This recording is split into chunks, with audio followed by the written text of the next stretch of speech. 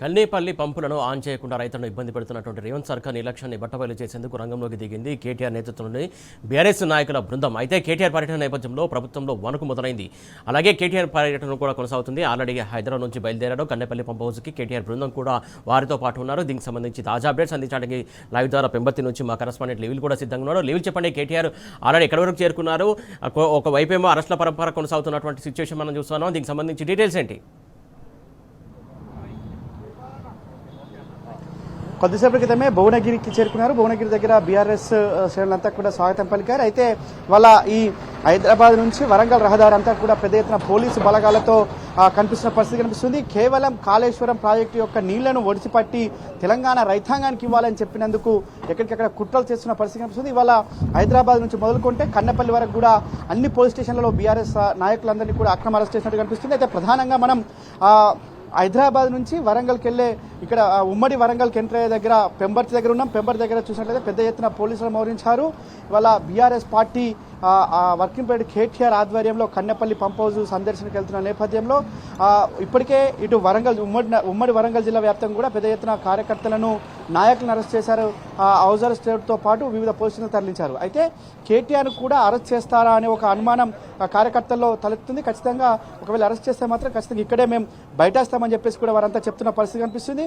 ప్రధానంగా రాష్ట్రంలో కాళేశ్వరం ప్రాజెక్టు ద్వారా 1 కోటి ఎకరాల మాగాణం ఆనాడు కేసీఆర్ చేస్తే ఇవాళ కాంగ్రెస్ ప్రభుత్వం అధికారంలోకి వచ్చిన తర్వాత దాన్ని పడావు పెట్టి ఇవాళ పూర్తిగా వ్యవసాయం అంతా కూడా దండగలా చేసిన ఈ కాంగ్రెస్ ప్రభుత్వం వారికి నిద్ర లేపాలే, వారంతా కూడా ఒక సుప్తావస్థలో ఉన్నారు. ఇవాళ కన్నెపల్లి దగ్గర ఏదైతే మేడిగడ్డ బరాజు దగ్గర దాదాపు 60,000 క్యూసెక్కుల నీరు వృధాగా ఇవాళ గంగలో కలుస్తుంది. దాన్ని ఒడిసిపట్టుకోవాలని చెప్పేసి కూడా BRS party working president KTR ఒక పోరాటానికి శ్రీకారం చుట్టారు. అందులో భాగంగానే వాళ్ళ కన్నెపల్లి పంప్ హౌస్ను ఆన్ చేసి వచ్చిన నీటిని వచ్చినట్టు ఎత్తిపోయాలని చెప్పేసి కూడా ఒక అల్టిమేటం జారీ చేస్తున్న నేపథ్యంలోనే పెద్ద ఎత్తున అక్రమ అరెస్టులు కొనసాగుతున్నాయి.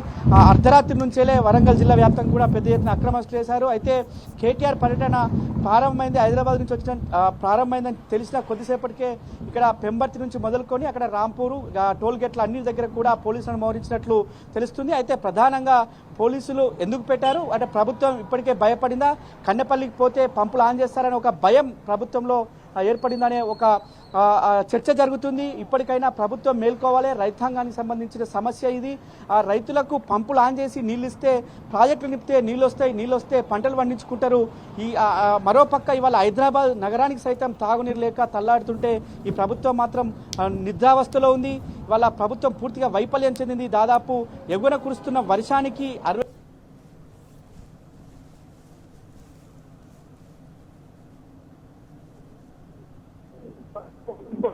ఇక్కడ ఎల్లంపల్లి నుంచి మొదలుకుంటే ఇక్కడ కొండపోచమ్మ సాగర్ వరకు కూడా నీళ్లు నింపి వాళ్ళ రైతాంగానికి అందించవచ్చు. కానీ అవన్నీ పట్టినట్టు పూర్తిగా నిర్లక్ష్యానికి వాళ్ళ కేర్ ఆఫ్ అడ్రస్గా కాంగ్రెస్ ప్రభుత్వం ఉంది. అందులో భాగంగానే నీటిని లిఫ్ట్ చేయడంలో పూర్తిగా చేతులెత్తేసింది. వాళ్ళ కాళేశ్వరం ప్రాజెక్టు పనికిరాదని చెప్పి గత బీఆర్ఎస్ ప్రభుత్వం చేసిన మంచిని వాళ్ళ చెడుగా చూపించే ప్రయత్నం చేస్తుంది. వాళ్ళ కరువు వచ్చింది, కరువులోనైనా కాళేశ్వరం ప్రాజెక్టు జలాలను వాడుకోవాలని చెప్పేసి కూడా కాంగ్రెస్ ప్రభుత్వం పై డిమాండ్ చేస్తుంది. బీఆర్ఎస్ పార్టీ ఇప్పటికైనా చర్యలు వెనువెంటనే చేసి ఆ కాళేశ్వరం దగ్గర ఏదైతే కన్నెపల్లి పంపులు ఆన్ చేసి మేడిగడ్డ అన్నారం సుందిల్ల ద్వారా వాళ్ళ వివిధ ప్రాజెక్టులను నీటిని నింపి తెలంగాణ రైతాంగానికే కాదు తెలంగాణ ప్రజానికానికి సైతం సాగునీరుతో పాటు తాగునీరు అందించాలని చెప్పేసి బీఆర్ఎస్ పార్టీ డిమాండ్ చేస్తుంది. అయితే ఈ అక్రమ అరెస్టులకు ఎట్టి పరిస్థితుల్లో భయపడేది లేదు, అదిరేది లేదు, బెదిరేది అని చెప్పేసి కూడా బీఆర్ఎస్ పార్టీ చెప్తుంది. బీఆర్ఎస్ వర్కింగ్ ప్రెసిడెంట్ కేటీఆర్ నేతృత్వంలోని బృందం ఆల్మోస్ట్ భువనగిరి క్రాస్ అయింది. ఖచ్చితంగా కన్నెపల్లి చేరుకుంటాం, కాంగ్రెస్ పార్టీకి అల్టిమేటం జారీ చేస్తాం.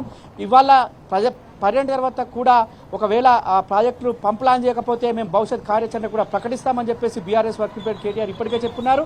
ఖచ్చితంగా కాళేశ్వరం జలాలను వచ్చినట్టు ఒడిసిపట్టుకొని కరువును ప్రాళదోలాలే, లేదంటే రాష్ట్రం ఎడారిగా మారే అవకాశం ఉంది. కరువు అంటే కాళేశ్వరంతో తీర్చొచ్చు. ఇవాళ కాళేశ్వరం ఏదైతే మేడిగడ్డ దగ్గర 60,000 క్యూసెక్ల నీరు వల్ల వృధాగా పోతుంది. దాన్ని ఒడిసిపట్టుకోమన్నందుకు ఇంత వణికెందుకు, ఇంత భయం ఎందుకు అని చెప్పేసి కూడా బీఆర్ఎస్ నాయకులు ఆగ్రహం వ్యక్తం చేస్తున్నారు. వాళ్ళ ఎవరి మెప్పు కోసం అధికారులు పనిచేస్తున్నారు, ఎవరి మెప్పు కోసం పోలీసులు పనిచేస్తున్నారని చెప్పేసి కూడా వాళ్ళ ఆగ్రహం వ్యక్తం చేస్తున్న పరిస్థితి కనిపిస్తుంది. పూర్తిగా ఇక్కడ పెంబర్తి అంటే ఉమ్మడి వరంగల్ జిల్లా కేంద్ర దగ్గర నుంచి కూడా అక్కడి వరకు కూడా పెద్ద ఎత్తున పోలీసులను మోహరించారని తెలుస్తుంది. పోలీసులను ఎందుకోసం మోహరించారనేది కూడా ఇవాళ చెప్పాల్సిన అవసరం ప్రభుత్వం పైన ఉంది. వాళ్ళ బీఆర్ఎస్ వర్క్ పీరియడ్ కేటీఆర్ బయలుదేరిందని చెప్పి కొద్దిసేపు తెవగానే వాళ్ళ నీటిపారుదల శాఖ మంత్రిగా ఉన్న ఉత్తమ్ కుమార్ రెడ్డి మీడియా సమావేశం ఏర్పాటు చేశారు. అంటే ప్రభుత్వం ఒక మీడియా సమావేశం ఏర్పాటు చేయడమో ఇటు పోలీసులను అడ్డుపెట్టి కేటీఆర్ని అడ్డుకోవడం కంటే అక్కడ పంపులు ఆన్ చేస్తే అయిపోతుంది కదా అని చెప్పేసి కూడా వాళ్ళ రైతులంతా ఆగ్రహం వ్యక్తం చేస్తున్నారు.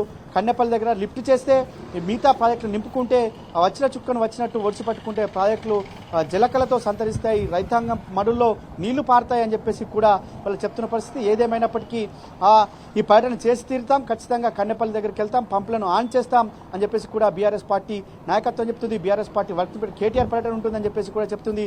పోలీసులకు అడ్డుపెట్టి ఈ పర్యటన ఆపుతానంటే చూస్తూ ఊరుకోం. 4 కోట్ల తెలంగాణ రైతాంగం పరిస్థితి, వాళ్ళ 4 కోట్ల తెలంగాణ రైతులకు కాదు, తెలంగాణ రైతాంగంతో పాటు సాగునీరు అందింది 4 కోట్ల ప్రజలకు సంబంధించిన ఇష్యూ. ఈ ఇష్యూలో ఖచ్చితంగా ప్రభుత్వం వెంటనే చర్యలు చేపట్టి ఆ కాళేశ్వరం దగ్గర లిఫ్ట్ ఆన్ చేసి వాళ్ళ పంపులు ఆన్ చేసి నీటిని లిఫ్ట్ చేయాలని చెప్పేసి కూడా డిమాండ్ చేస్తున్నారు. ఒకవేళ అడ్డుకుంటే మాత్రం ఖచ్చితంగా మరింత ఉధృతంగానే పోరాటం చేస్తారని తప్ప ఎక్కడ కూడా వెనక్కు తగ్గమని చెప్పేసి కూడా అల్టిమేటం జారీ చేశారు. సురేష్. Right, thank you లివిల్.